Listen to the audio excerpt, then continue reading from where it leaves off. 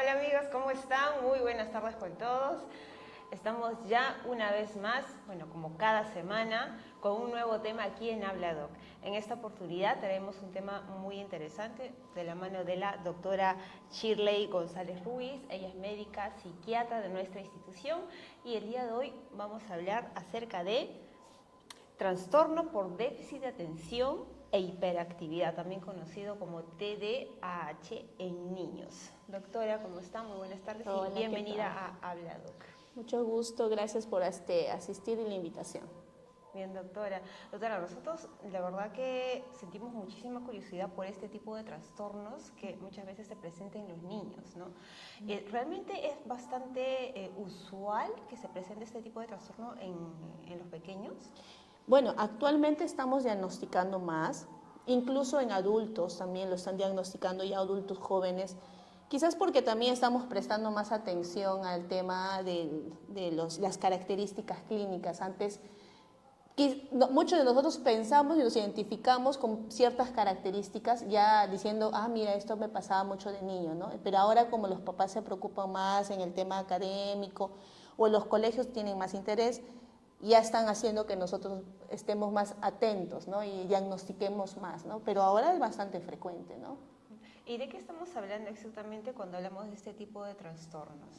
Bueno, se habla de neurodivergencia cuando hablamos de trastorno, o sea, es una forma de funcionar nuestro cerebro de una forma distinta, y en el caso del TDAH también de aprendizaje, ¿no? Entonces, cuando hablamos del TDAH, justamente es trastorno, déficit de atención e hiperactividad. Sus características es eso, ¿no? Déficit de atención, hiperactividad y también el tema de la impulsividad. Ahora, como son tres características que se van jugando, en algunos niños se presenta más la hiperactividad, otros la impulsividad, otros la atención, incluso como estábamos conversando, incluso por géneros, ¿no? Por si es niño o niña, o sea, si es varoncito o mujercita, también varía un poco la presentación. Entonces los varoncitos son más los que son diagnosticados, los varoncitos, porque son más hiperactivos, más impulsivos. En cambio, las mujercitas son más inatentas, distraídas. Entonces casi no vienen rápido a consulta y vienen mucho más después, a veces en la adolescencia, o a veces se dan cuenta ellas ya en la juventud que han tenido esa dificultad. No han sido muy hiperactivas, tampoco muy así impulsivas, ¿no? Claro, pero generalmente los niños son de por sí muy activos, siempre están por aquí, por allá. De hecho, sería más bien, digamos, ¿no? Yo como madre me preocuparía más bien ver a mi niño, mi niña, que esté quietecito. Entonces, ¿cómo diferenciar, ¿no? Esa parte? Justamente eso, claro, eso es algo que también nos corresponde a nosotros, los que trabajamos con el tema de salud mental y especialmente de los niños, evaluar correctamente, ¿no? El tema de la hiperactividad, no solamente, o el tema de todo este el tema de déficit de atención y hiperactividad, no solamente es en un sector. Nosotros lo que vemos es en cómo funciona en diferentes áreas, por eso es que trabajamos buscando información. Hay test o informes que nos permiten ver del colegio, del hogar, de repente en otras actividades, para ver si esto es muy común, porque lo que hacemos es comparar un poco el funcionamiento de este niño con respecto a los demás. Entonces ponemos a ver el estándar, ¿no? ¿Cómo es? ¿Cuánto tiempo aguanta sentado? ¿Cuánto tiempo se concentra? También nos ayuda mucho psicología para poder evaluarlos también, y hay pruebas diagnósticas de neuropsicología que nos permiten también medir, ¿no? Cuánto es su memoria de procesamiento, sus funciones ejecutivas, que nos dan también una índice de que podríamos estar hablando de un tema de déficit de atención y hiperactividad. En un caso práctico, por ejemplo, ¿qué características ven en un niño? De repente en alguna consulta que haya venido, algo de las características más comunes que hayan visto. Lo más frecuente es que vienen derivados del colegio. Eso es casi todos, y la mayoría viene a partir de los 6 años, ¿no? Si bien antes podría haber unas características de hiperactividad o impulsividad, pero a los 6 años viene más que todo por el tema que, como ya es un colegio de primer grado, ya la demanda es mucho mayor, entonces el tiempo de trabajo en mesa también es mayor, entonces notan las profesoras que no pasan el mismo tiempo que los demás niños, ¿no? Se paran, interrumpen. salen rápido del baño o no terminan las tareas. Entonces ya lo van observando y entonces en todo eso ya los comunican a los padres y los padres entonces ya con esta duda ya vienen, ¿no? Entonces, pero bueno, algunos van pasando tiempo y llegan hasta tercer grado generalmente en todo ese proceso, ¿no? Pero sí, es más que todo que no culminen las tareas en el colegio, que pierdan mucho los útiles, que se paren e interrumpen constantemente en clases, ¿no? Más que en el tema de la casa, porque a veces uno, como tú dices, lo vemos así como que muy natural, de repente que sea inquieto, es en el grupo de funcionamiento diario escolar. Ahí más que todo, ¿no? Ahí es donde todos prestan más atención. ¿Y cuán importante de pronto es reconocer, ¿no?, este tipo de señales que muestra un niño, ¿no? Porque de pronto también esto puede afectar por un lado su desenvolvimiento, ya sea de repente para con sus amigos o también en la escuela, ¿no?, en la parte del rendimiento. Sí, es que al mismo que ser un trastorno, puede tener sus comorbilidades, ¿no? Temas de ansiedad, depresión, problemas, también otros tipos de problemas de aprendizaje. Y detectarlo al tiempo nos permite a nosotros ayudarlos a que construyan una buena autoestima, ¿no? Porque muchos de ellos, o sea, a veces, en algunas ocasiones, no tiene que ver con el tema de la capacidad de aprendizaje, porque sí también hay niños que puedan tener capacidad de aprendizaje por debajo de lo esperado, pero en la mayoría también tiene una capacidad de aprendizaje normal, solo que la distracción no les permite mostrar sus habilidades, ¿no? Entonces, se cuestionan muchos estos niños, por lo que me ha pasado a mí ya con los pacientes adolescentes, es que se cuestionan de cuánto ellos podían rendir o se sobreesfuerzan mucho para poder rendir en la misma forma, ¿no? Es que tengo que prestar atención y están ahí concentrados estudiando más que el resto y a veces incluso estudian y se olvidan por el tema de que de repente por ahí no tienen una capacidad para memorizar tanto, entonces no construyen una buena autoestima y les cuesta más, ¿no?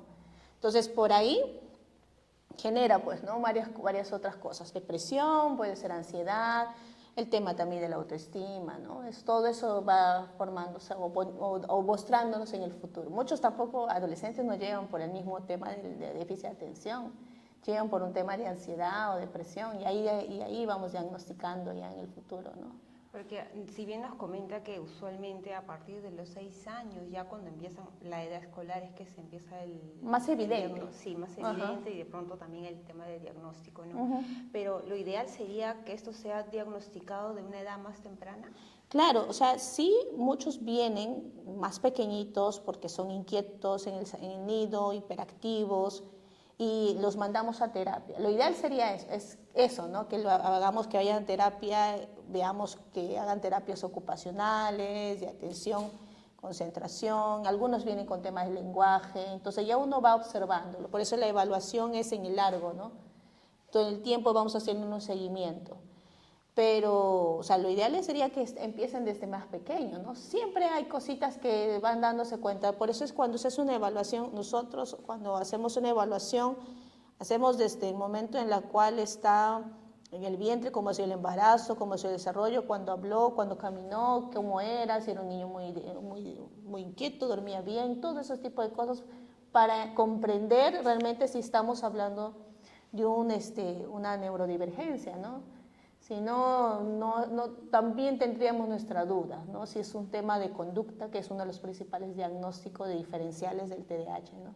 Ahora, menciona que de pronto inclusive ustedes evalúan hasta cómo el niño se ha venido desarrollando durante el embarazo. O sea, podemos decir que el TDAH se adquiere, o sea, ¿es hereditario? ¿Es genético? ¿Siempre es así? En sí, en realidad las enfermedades o trastornos tienen un componente genético, ¿no? Sino que hay ciertos factores que lo desencadenan, ¿no? O sea, ¿cuáles?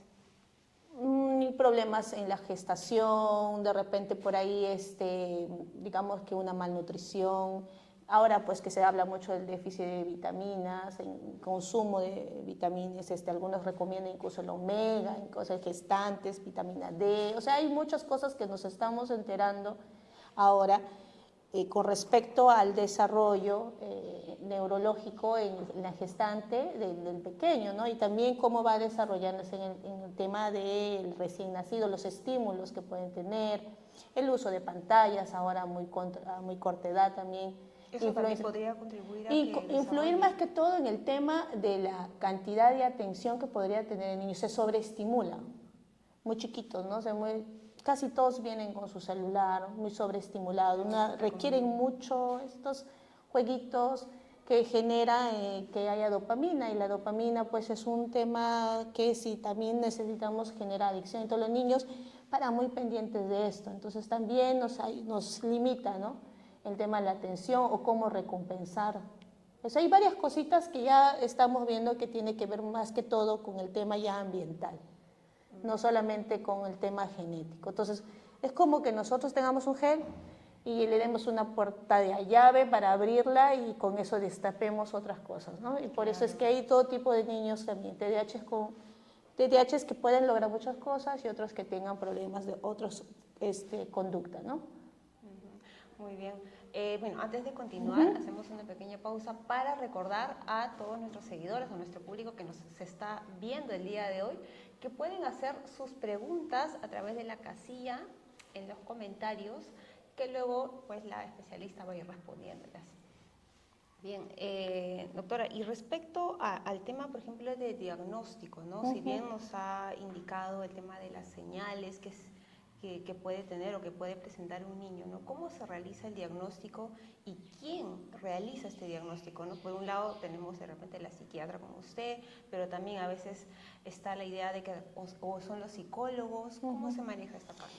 Los diagnósticos generalmente son multidisciplinarios, o sea, no, en realidad nosotros no trabajamos solamente uno, ¿no? Una cosa es la evaluación clínica, pero el psicólogo, el neuropediatra también nos ayuda mucho. Incluso hay otras subespecialidades o especialidades que nos pueden ayudar bastante. Entonces, si bien cuando llegan al psiquiatra para ver y entendemos que hay características, nos permite también el psicólogo haciendo evaluaciones, si es que cuánto es su capacidad, como le digo, de aprendizaje, o bueno, como le llaman algunos, su CI, mide cuánto es, si tiene el tema de memoria, cuántos son sus funciones ejecutivas o qué dificultades tiene. Entonces nos permite a nosotros también ver, o sea, saber un poco mejor el diagnóstico también, porque hay otros problemas también que se pueden presentar en este niño, o sea, él puede tener otras dificultades. Y el neuropediatra también o sea, es parte de esta evaluación, porque incluso descarta algunos problemas orgánicos, ¿no? Que algunos niños puedan tener pequeños espacios de inatención, pero pueden ser también pequeñas crisis de ausencia o crisis de ausencia. Entonces, todo esto es una evaluación conjunta, no es solamente ponerle rápido el diagnóstico, ¿no? O sea, una buena evaluación, hay un seguimiento. Por ejemplo, por ahí en algún momento discutiendo acá también con los compañeros, ¿no? Acerca de este tipo de trastornos, ¿no? Por ahí decían, oye, mi hermano tiene TDAH. Así, yo le digo, ¿le diagnosticaron?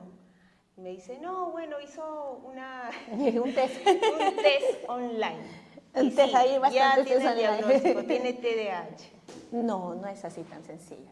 No es así como, se puede sospechar, ¿no? Y quizás pueda ser, ¿no? Porque sí, pues uno empieza por algo, empieza por decir, yo tengo estas características y todo, pero es más profundo. O sea, realmente hay que hacer más cositas para poder diagnosticar. Por eso también hay algunos que se medican. Ahora hay mucha gente que dice, tengo TDAH. Pero sí, tampoco tener de repente la sospecha implica que tenga o tenga otras cosas, ¿no? Que de repente necesitan ser tratados, que contribuyen, ¿no? Como le digo, la ansiedad, la depresión, problemas de personalidad en caso de adultos, ¿no? Ah, también. Claro que también puede ser, incluso en algunos se ha notado justificación, que se justifica en el tema del TDAH, y no es así.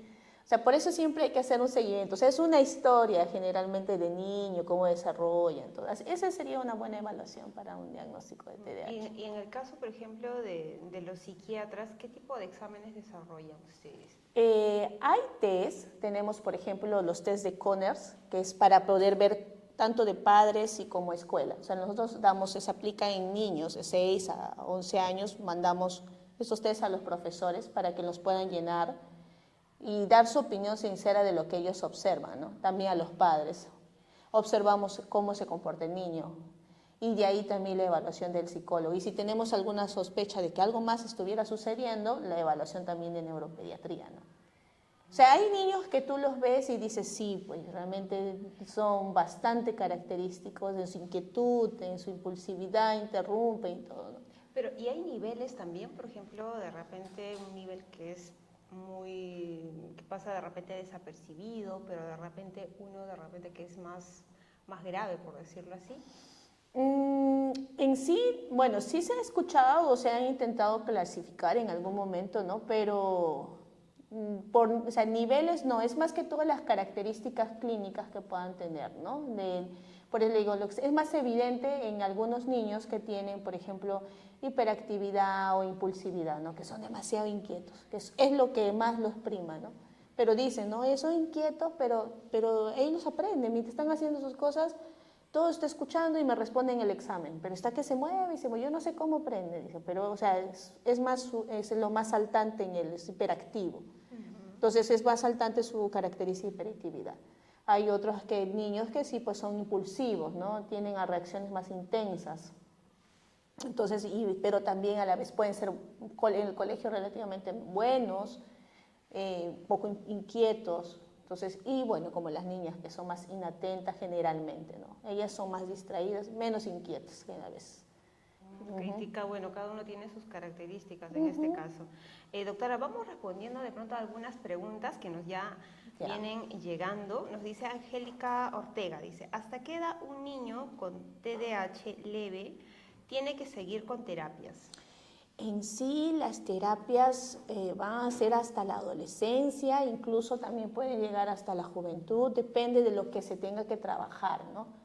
Si es un tema de atención, concentración, es hasta que pueda llegar a mejorar en ese aspecto de organizarse, ¿no? Porque va a mantener, o sea, sus características de inatención van a ser, sino que le dan las herramientas también para que él pueda organizarse.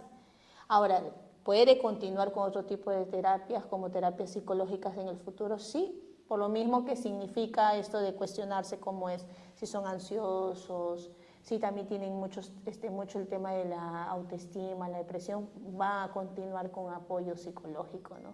Ocupacional, hasta la adolescencia podría decir, ¿no? Eso más lo determina en medicina física, evalúan de acuerdo a cómo va yendo él también, ¿no?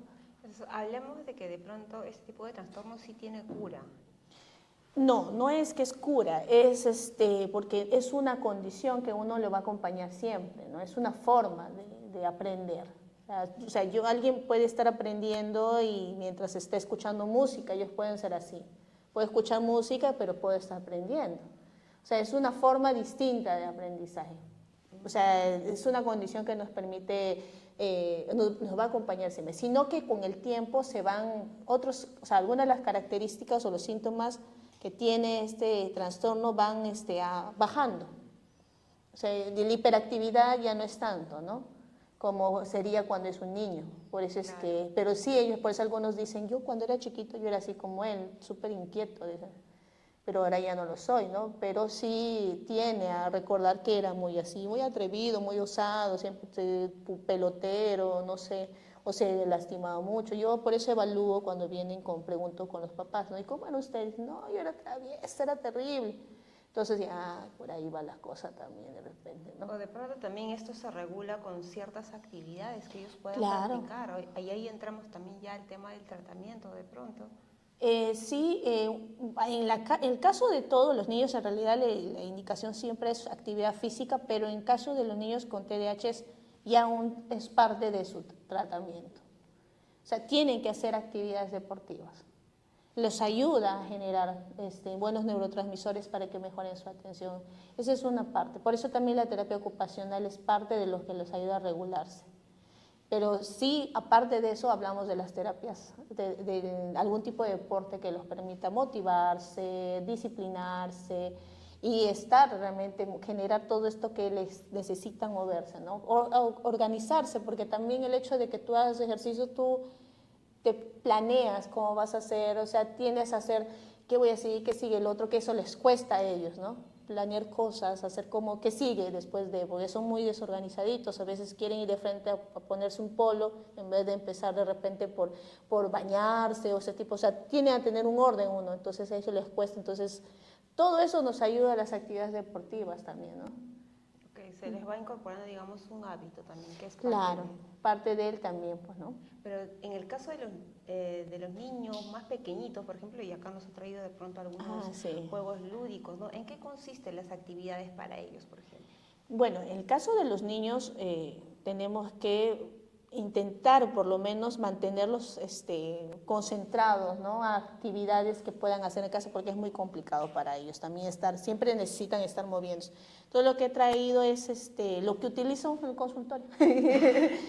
Es muy fácil de conseguir, porque lo he conseguido no es nada del otro mundo, como se dice. Sí, son jueguitos de la infancia en realidad, ¿no? Sí, Que uno son puede jueguitos encontrar en que cualquier nosotros tienda. jugábamos. Claro, este de acá sí es el que utilizamos. Hay unos más pequeñitos que siempre nos daban como resorte, pero Sí. esto lo conseguí, que les encanta. Les permite a los niños también el hecho de regularse, se entretienen mucho con estos juegos. Y es un juego bastante creativo, o sea, así es mucho para eso, ¿no? Generar creatividad. Muchos lo utilizan para poner y lo hacen tubo, otros se ponen a saltar, otros, o sea, es un juego tan sencillo que parece, pero y ya su creatividad los lleva más, ¿no? Entonces, después también tenemos, por ejemplo, los juegos para armar los bloques. Bloques imantados, que les encanta también en consulta, porque los ayuda a concentrarse, se quedan ahí ratos creando cosas. Entonces, y muestran parte de lo que es su creatividad, ¿no? Entonces ahí a veces yo les dejo y ellos se ponen a hacer. También les permite pasar tiempo y regulándose, controlándose, mejorando su atención y especialmente tocando, ¿no? Es lo mismo parecido, es fácil de conseguir, en realidad son muy comunes. Y bueno, por ejemplo, estos que son acá que los venden en los mercaditos, que también hay para poner, pero son más para más pequeñitos, que son para ingresar. Lo utilizo mucho también para que puedan jugar, ¿no? Para que se puedan estar regulando, moviéndolo. Y a veces buscando porque cada uno tiene su figura, ¿no? También nos Ahora, ayuda. ellos, por ejemplo, tienen este tipo de juegos de repente en casa, pero son aquellos que de pronto necesitan otro tipo de juegos cada cierto tiempo. Sí, es que ahí sí vamos a tener que tener nosotros el manejo, ¿no? Porque por lo mismo que son bastante inquietos, a veces no son organizaditos. Entonces, sí me lo recomiendo a los papás que tengan ciertas cajitas y no saquen todo, ¿no? Pa uno y ya sacan otro, pero sí, hay que estar. Y es muy demandante tener un niño con hiperactividad, porque uno tiene que estar dándole todo el tipo de atención, manteniendo entretenido. Los papás realmente se sacan bastante el sombrero a veces porque tienen que estar ahí dándole, pero sirve esto, les gusta mucho, ¿no? Son bastante entretenidos. Ahora, sí, tampoco les podemos dejar todo. Parte es ponerle una parte, sacar otro día otro, los legos, por ejemplo, que también les gustan mucho los leguitos para armar, porque se entretienen, se concentran, se crean mucho, ¿no? Y ahí pueden entretenerse De un poquito. pronto necesitan un tipo de juegos que necesitan, que les ayude un poquito a pensar, A que les mantener la ayude atención. a mover las manos, estimularlos Exactamente. con colores tal vez. Sensoriales se le podría decir también, ¿no? Que les permite estar jugando, ¿no? Como si entreteniendo, porque muchos de ellos necesitan estar tocando cosas, ¿no? Y para no estar ahí con otros, están agarrando.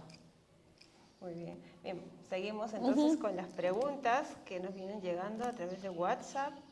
Dice Maite Fuño Hurtado, dice, ¿cómo enseñar a un niño con TDAH a leer, a escribir? Bueno, le falta leer todavía, dice. ¿Cómo enseñarle a leer? Bueno, eso depende, ¿no? También tendríamos que saber si es que, por eso es evaluaciones psicológicas también, pues, ¿no?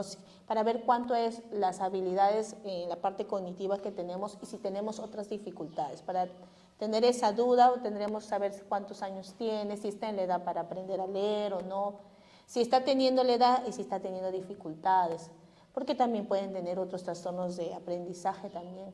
O sea, por eso tendríamos que saber algunas cositas más, pero lo importante es lo antiguo en realidad también. Muchos de los terapeutas ocupacionales utilizan mucho los coquitos, ¿no? Esos libros en los cuales uno aprendía poco a poco, ¿no?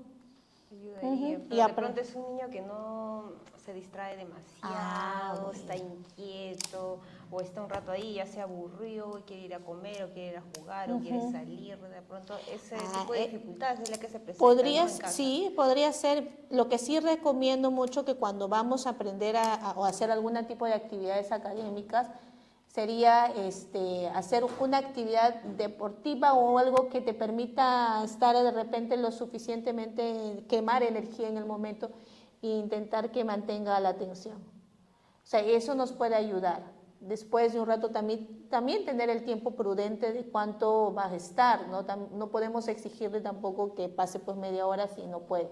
Hay algunas cosas que se utilizan para los niños que tienen TDAH, por ejemplo, pelotas, las pelotas grandes, porque los ayudan mucho, los que necesitan moverse, están sentados en las pelotas y mientras van haciendo les permite mantener su atención y se regulan también. Hay almohaditas también para poner en las sillas, hay pequeñas bandas que también les permite estar moviendo sus pies mientras ellos están haciendo su tarea, porque eso a ellos los regula. Entonces, o este tipo de juguetito, por decirlo así, que nos ha traído el día de hoy, que es como un gel, también ayudaría, digamos. Podría ayudar un rato para poder calmarse antes de empezar una actividad académica, ¿no? O sea, hay que hacer algo que nos agrada mucho al principio para poder recién pasar a una actividad de repente de concentración, en el caso de ellos. Entonces, sí sirve mucho, ¿no?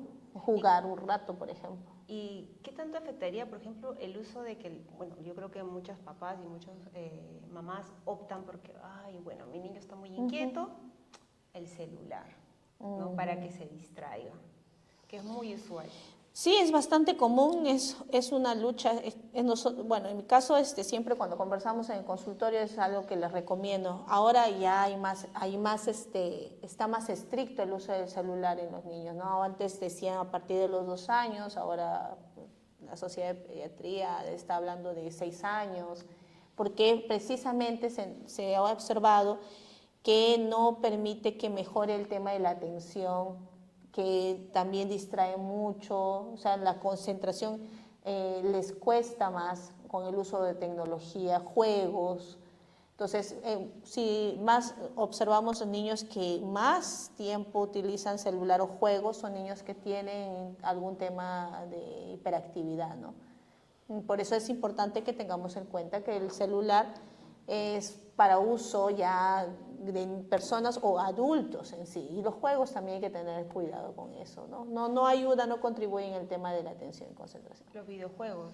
Los videojuegos también, ¿no? Porque los videojuegos generan cambios químicos en nuestro cerebro que generan adicciones, ¿no? Entonces, es como si nosotros estuviéramos dándole algo que le genera un poco, le genera una dependencia a los niños, ¿no? Entonces, por eso les cuesta terminar de hacerlo.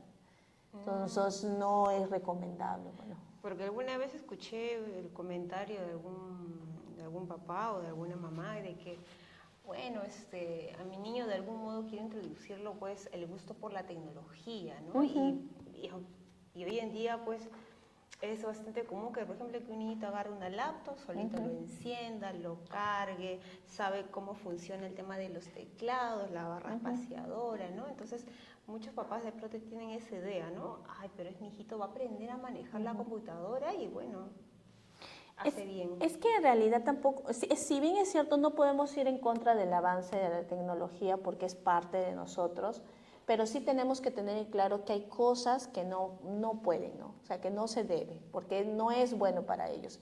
Y que hay niños que no pueden tener contacto o no pueden usar estos juegos porque sí les genera mayor irritabilidad, más dependencia, no pueden dejarlo de utilizar estos jueguitos y realmente generan explosiones de ira a veces, ¿no?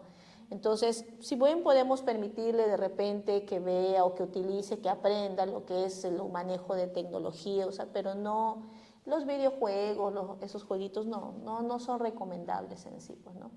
Más con un niño que tenga una neurodiversidad, pues. Muy bien, doctora, muchas gracias. Bien, seguimos respondiendo las preguntas.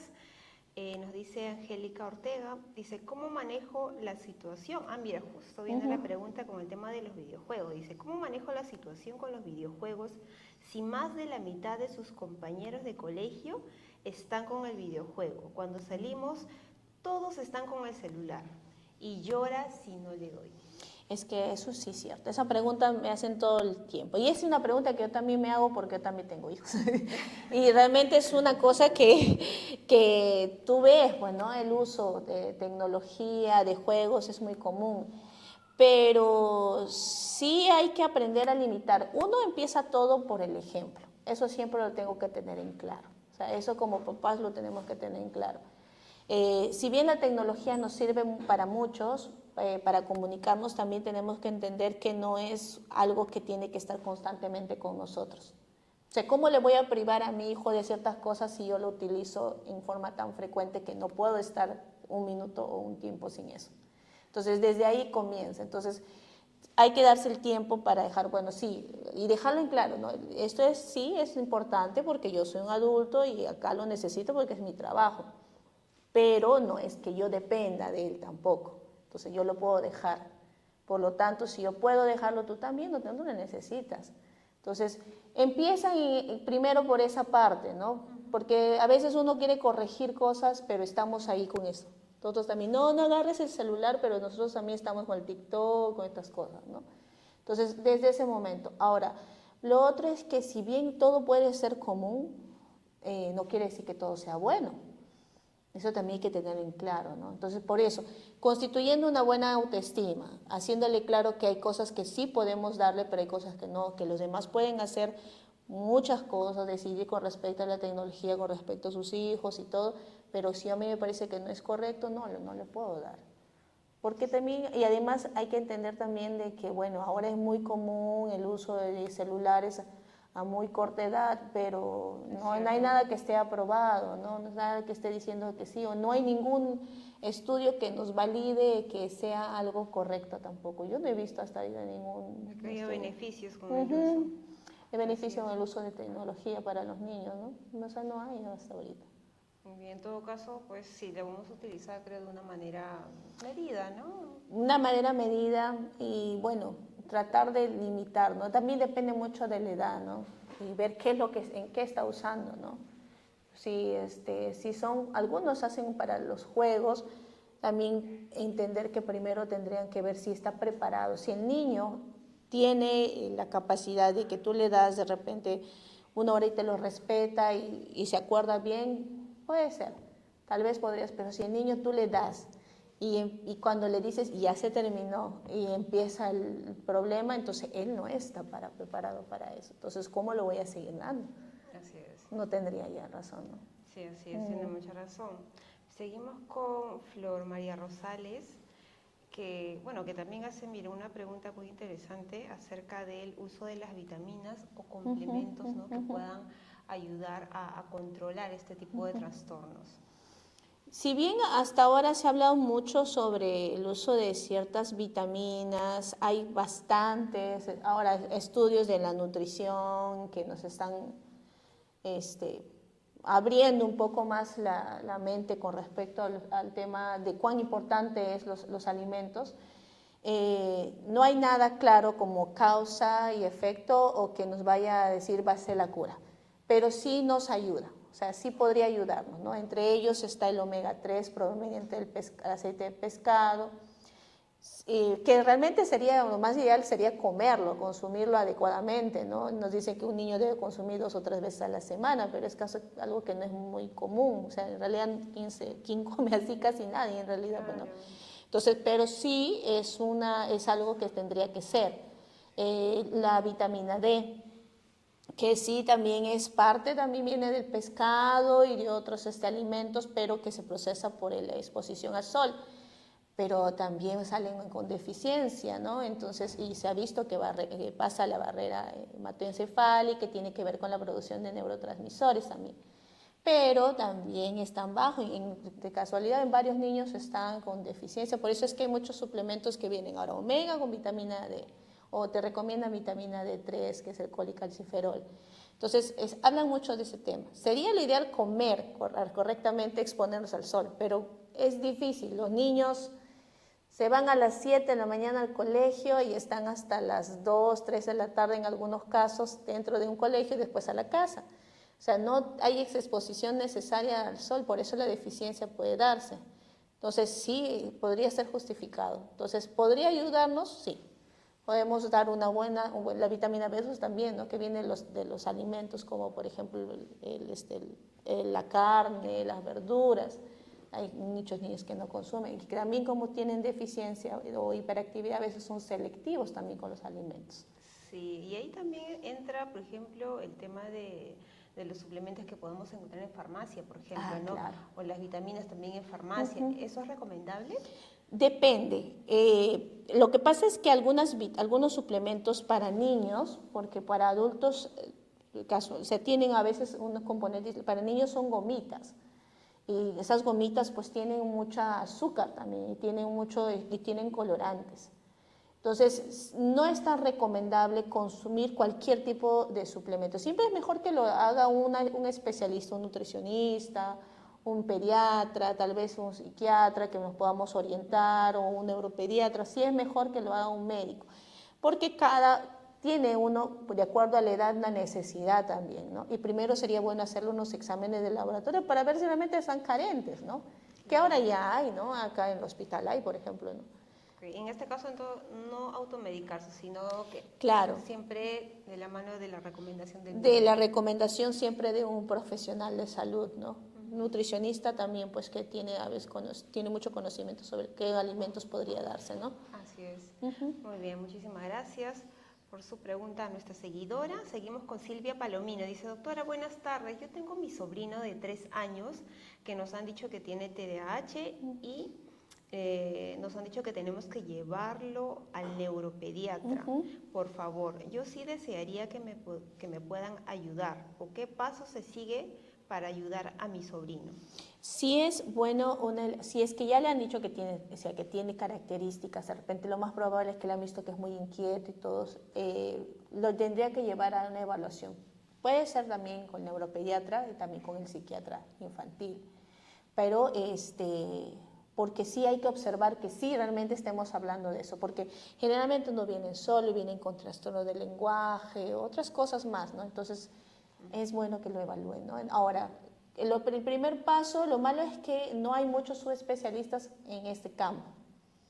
Entonces, son muy escasos. Entonces, el primer paso sería llevarlo con el pediatra, que el pediatra lo observe y el pediatra decida dónde lo podría referir para que lo puedan evaluar. Pero está en una excelente edad para poder hacerle los exámenes. Ya sea con un neuropediatra, con un psiquiatra. De acuerdo a lo que haya también en cada uno de nosotros aborda de una manera distinta, pero estamos en ese campo, ¿no? Como es una forma distinta de ver al paciente, pero a la misma vez estamos buscando que el paciente sea diagnosticado. Muy bien, doctora. Seguimos con Daisy Tello. Dice, buenas tardes. Un niño si tiene TDAH es como un niño con autismo. Ahora, puede haber estar juntos. O sea, no es que sea como un niño con autismo, son dos diagnósticos distintos. TDAH, ambos son neurodiversidades, el TEA y el TDAH, pero también pueden venir juntos. Puede haber niños que tienen trastorno de déficit de atención con autismo infantil. Incluso puede haber niños que tienen también TDAH con discapacidades. O sea, por eso es una evaluación bastante más compleja. Ok, entonces ahí sí también igualmente requiere una evaluación. Nos dice Flor María Rosales, ¿qué especialista da el diagnóstico? Generalmente en sí es el neuropediatra y el psiquiatra infantil, ¿no? Son los capacitados para poder dar el diagnóstico definitivo. Muy bien. Y Katherine pregunta acerca de la edad en que se diagnostica este trastorno. Ya, es que depende, como le digo, a veces Puede pasar que un niño viene a los 5 años con todas las características de un niño con hiperactividad y todo, y se le puede diagnosticar. Incluso más pequeños también. Por eso es de acuerdo a cada caso es. O sea, no es existe una edad, sino que la mayoría llega a partir de los 6 años, porque en el colegio empiezan a notar, generalmente en el nido, como es más aperturado, los niños son más libres, no hay mucha exigencia como de trabajo, como le digo, en mesa, puede como que pasar de tiempo en tiempo, ¿no? Y en primaria y empieza más la exigencia, y es donde más comúnmente aparece, ¿no?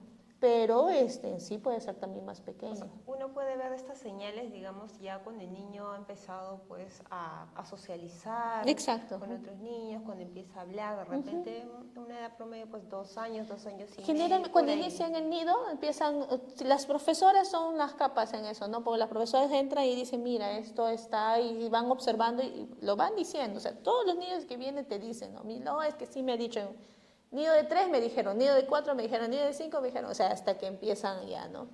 Al principio les es un poquito más difícil a los papás comprender que pueda pasar un diagnóstico así, ¿no? Y se rehusan un poco. Y en este sentido, por ejemplo, ¿cuál es el manejo o cómo debería, ¿no? De pronto manejar esta situación, tanto el papá por un lado como también el docente, ¿no? Porque hay algunos docentes que de pronto simplemente dicen, este es un niño problema, este es un niño que pues distrae a todo el mundo, pero se limita a esa parte, ¿no? Y no ve más allá.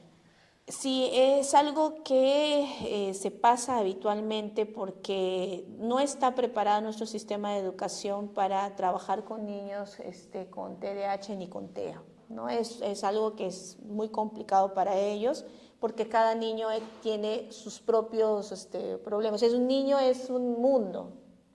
Entonces, pero sí hay que recordar que si pasa por el especialista, el psicólogo, todos nosotros damos recomendaciones, cómo podríamos manejar con él. Incluso hay niños que reciben medicamento y que les va muy bien y los ayuda mucho. Entonces, y hace que los papás pierdan ese temor al uso de fármacos para ayudarlos a mejorar el tema de la atención. Tanto es el agrado de ver cómo ellos van avanzando que los papás vienen a buscarnos por el tema del tratamiento para que puedan los niños avanzar. Entonces, la terapia, la familia, tratamiento farmacológico, una buena nutrición, buenos límites y un profesor que entienda que en vez de buscar, o sea, de verlo como un problema, lo vea como un potencial, porque los TDAH, si bien es cierto, tienen muchas habilidades. No aprenden como el resto, pero tienen otras, son creativos, son ingeniosos, muchos de ellos sociables, o sea, tienen muchas habilidades. Entonces, verlo por ese lado nos puede servir mucho, ¿no? Entonces, depende mucho también el ojo del profesor, ¿no? Cómo lo encamina. Ve al niño y dice, pues ya tú eres creativo, entonces quizás no estás mucho tiempo, pero tú hazme esto y lo hace, ¿no? Pero es parte también de nuestro conocimiento, aprender sobre el tema, ¿no? En caso de los profesores, ¿no? Muy bien. También es un poquito entender cómo manejar este tipo Sí, de niños, ¿no? Que tienen el trastorno. tener la voluntad también creo yo de cada profesor de querer entender que hay que buscar que no todos son de la misma manera, ¿no? No quitarnos un poco esa idea de que todos los niños son iguales y todos van a ser sentaditos, ¿no? Entender que puede haber un niño que sí puede hacer, ahora ya hay más, ¿no? Y aprender a buscar la forma de ayudarlo, ¿no? Claro. Muy bien, seguimos, doctora, con Gopute Pop. Dice, mi hijo tiene 14 años, tiene TDAH, está en toda la etapa de la adolescencia. Bueno, ya hablamos de un niño más, bueno, más grandecito, es un adolescente. Pero aún se distrae, se olvida muchas cosas, pierde sus lapiceros, pero le gusta tocar en banda, por ejemplo, ¿no? Toca la tarola y hace deportes. ¿Qué me recomienda para evitar estas distracciones? Bueno, justamente ahí pasa. Ahora, tiene potencial, bueno, el papá lo mencionó en una forma como diciendo, mi hijo tiene estas habilidades y es así es como tenemos que empezar a ver a nuestros hijos, ¿no? O sea, como que qué es lo que hacen bien, más centrarnos en lo que no. Ahora, el tema de la distracción y todo, quizás ya sea necesario el uso de algún tipo de fármaco. Podríamos ayudarlo porque ya hace sus actividades que le agrada. Y es importante para ellos porque también el hecho de que uno sea de repente un poco distraído y se olvide cosas también genera una autoestima, ¿no? O sea, cómo uno puede rendir. Entonces, yo le recomendaría que le pierda el temor a la consulta y que vaya a un psiquiatra para poder ver si la posibilidad le podemos ayudar con algún fármaco que le sirve muchísimo a los niños, de verdad. Y ellos se notan, ellos se dan cuenta cuando están mejorando y se sienten mucho mejor. Se dan cuenta que esto es una parte de su ayuda. Entonces, por ahí podríamos empezar también, ¿no? Muy bien, muchísimas gracias por la recomendación y también a quien nos hace la pregunta. Seguimos con Flor María Rosales, dice, habló de un examen que ya lo realizan en el hospital. ¿Qué tipo de examen es y qué doctor lo puede solicitar? No, bueno, depende, hemos mencionado varias cosas, ¿no? Entre dosajes de vitamina, evaluaciones psicológicas de repente también. Si bien acá en el hospital tenemos psicólogos infantiles, hacen sus evaluaciones también para poder medir, como le digo, poder ver, ¿no? Las características también nos dicen, tal vez a eso se refiere, ¿no? Pero ahorita todavía estamos en ese proceso de mejorar el tema de implementar o tener más apoyo en neuropediatra y todo para que nos pueda ayudar a descartar muchas cosas, ¿no? Pero sí, o sea, en realidad nosotros hacemos todo este tipo de evaluaciones acá, ¿no? Muy bien, bueno, es diversificado, ¿no? De multidisciplinario. Y una última pregunta, doctora, de Sandra Chávez, dice, ¿cuáles son las características más notorias en niños con TDAH? Bueno, es la hiperactividad, la inatención y la impulsividad. Esas son las tres características más saltantes, ¿no? Por eso es que por ahí es su nombre, ¿no? Trastorno de déficit de atención e hiperactividad. Por ejemplo, si alguien tiene solamente uno de ellos, por ejemplo, acá nuestra compañera Maricielo. Que 6 años, inatento. Se distrae. No, que ha destruido ahí el pequeño muñequito ahí. Porque ha estado que juega con el muñeco. O de repente otra persona que está moviendo constantemente los pies. O alguien que no para de coger cosas mientras está sentado, mientras está hablando, etc.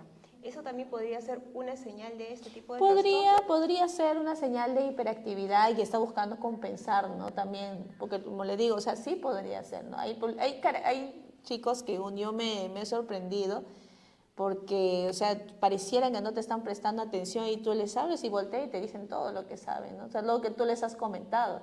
O como hay señoritas que a veces tú les dices eso y regresan a los 5 minutos y dicen, ¿qué me dijo? Pero son hábiles en muchas áreas. O sea, sí hay cosas que uno puede observar. Es que nosotros como vamos creciendo, vamos compensando, o sea, vamos compensando de esta forma. No, de repente, quizás no somos, somos muy inquietos, buscamos deporte, o somos de repente muy osados y hacen deporte de aventura, lo que les gusta hacer ciclismo, correr, no sé, pues deportes que esos les buscan adrenalina. Claro. Muchos de ellos tienen pues un tema de hiperactividad, ¿no? Sino que ahí por ahí han buscado la forma de regularse y lograr estar bien. Y las personas son distraídas. No, es que yo tengo que anotar un montón de cosas, pongo mi post-it ya, mi teléfono que me avisa, mi esto que me dice, mi el otro que me avisa para poder saber. Tengo un montón de agendas. Entonces dice, ¿pero qué? Pero ahí así me olvido. Dice, pero él realmente es un tema de atención, pero ha logrado buscar la forma. O sea, esa es la idea, ¿no? Buscarle cómo ayudarla a que pueda sentirse bien y funcionar bien para que pueda lograr lo que ella o que él desea, ¿no? O lo que sus metas, ¿no? Sin sentirse que no tenga las capacidades o las habilidades. Okay. Y de ahí por ahí de repente una última duda, pero ya más en un tema de adultos. ¿Ayuda en algo de pronto tener ese tipo de juguetitos como para para estar manipulando, tipo plastilina, no sé cómo llamarlo? Hay unos que son como gomitas, así que venden, así es. Sí ayuda a regular sensorialmente a las personas, a calmar la ansiedad. Sí. O a veces le llaman antiestrés, pero claro, no sé si es un tema de antiestrés o un tema de regular el tema de la hiperactividad de alguien. Sí, también puede ayudar en sí, ayuda un montón. O sea, por eso es que se utiliza mucho, ¿no? O sea, si no fuera eso, estaríamos, no estaríamos tocando.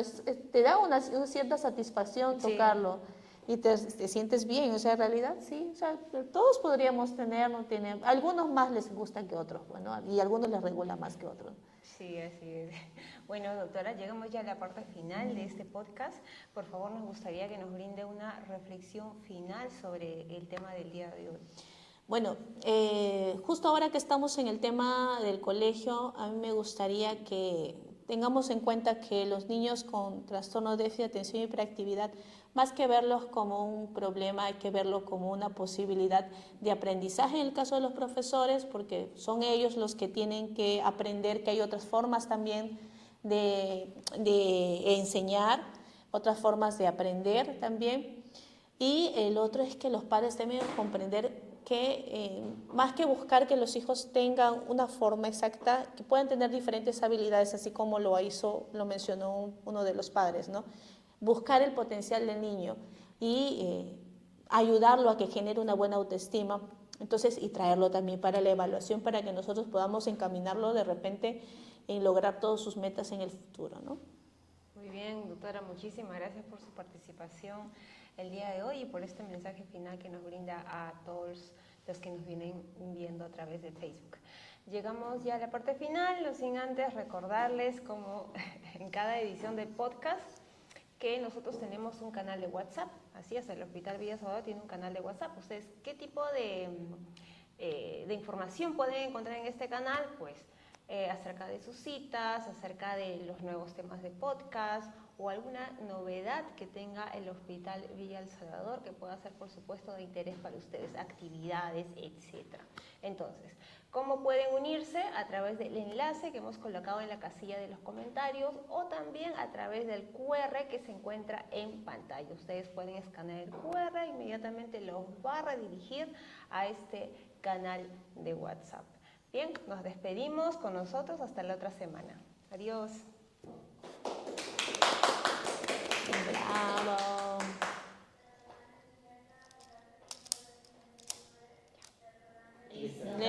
Están identificándose, creo, acá. Yo decía, hay una, dos, están contando toda su historia. Beto estaba ahí. ¿Quién es el que le da a su hijo celular? A ver, cuenta. Uy, toda mi familia. Toda su familia. Toda...